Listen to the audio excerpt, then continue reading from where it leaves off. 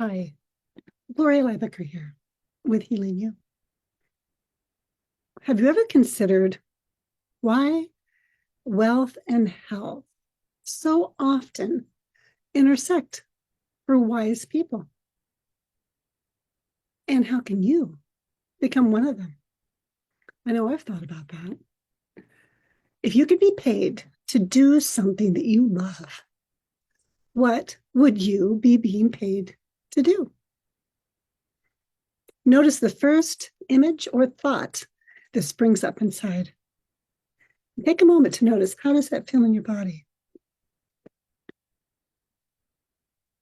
Are you aware that in many ways, your thoughts, emotions, beliefs, visualizations, and aspects of your spiritual life, like prayer and meditation, can change the inner field, energy field of your body in a way that affects your gene regulation? And the genes that are most readily affected by them are your stress genes. The wealthiest and best informed people have had access to this kind of information many years ahead of the general public. The connection between unresolved emotional trauma and disease is one of the most well-established links in medicine today. Yet new research reveals that when a subject vividly recalls a past trauma and then applies an energy therapy, the emotional trauma attached to the memory often dissipates instantaneously and it doesn't return. When you change your energy field, you change at a cellular level too. Do you remember when you were a kid and when you changed where you were holding a magnet, those iron filings, they would quickly follow straight away. It was like magic. Well, this is a great metaphor for our energy fields and our body.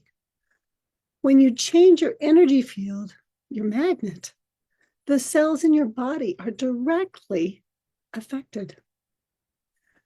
Our cells are the same as the iron filings.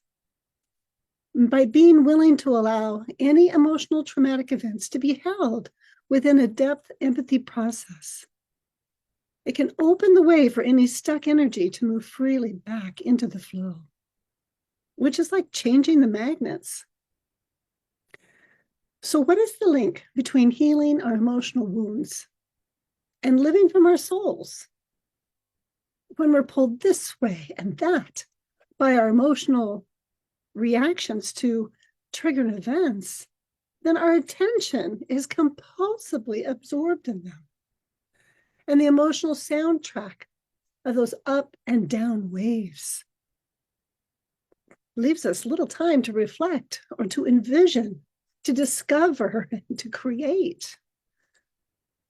Our stress response, the fight, flight, and freeze alarmed aloneness system, it's engaged anytime we're adversely emotionally triggered.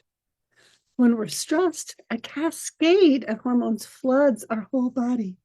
From adrenaline to cortisol is preparing us for emergencies that may never even occur. Just imagine what your life might look like if you could leave behind the stress that you experienced just today. Because when stress disappears, the stress hormone cortisol drops and you feel better. And you discover you're capable of a whole new level of functioning. You have increased openness to abundance, and you see new ways of delivering value to other people. And you receive reciprocation, equal value monetarily, doing what you love.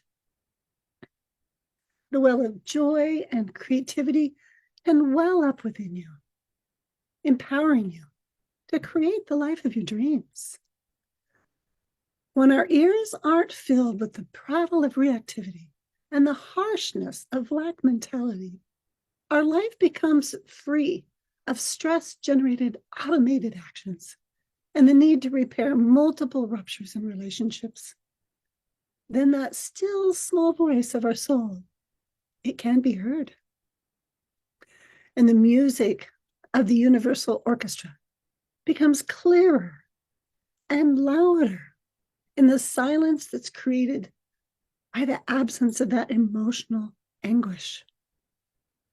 And we're able to follow that whispering of our soul and live in divine harmony with others. Oh, learning to go inside, to hear our own answers, to connect with our body's wisdom and our own divinity.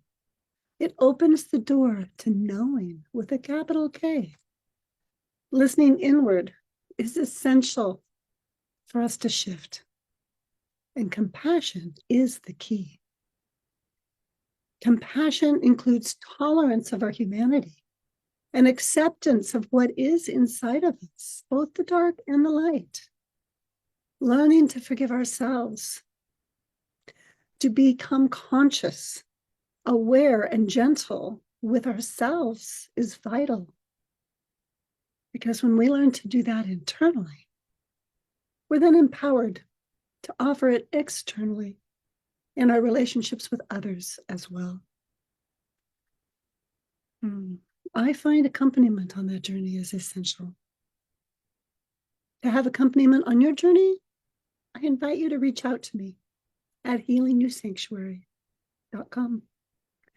And I look forward to connecting with you. Thanks for being on the journey with me here today, healing you.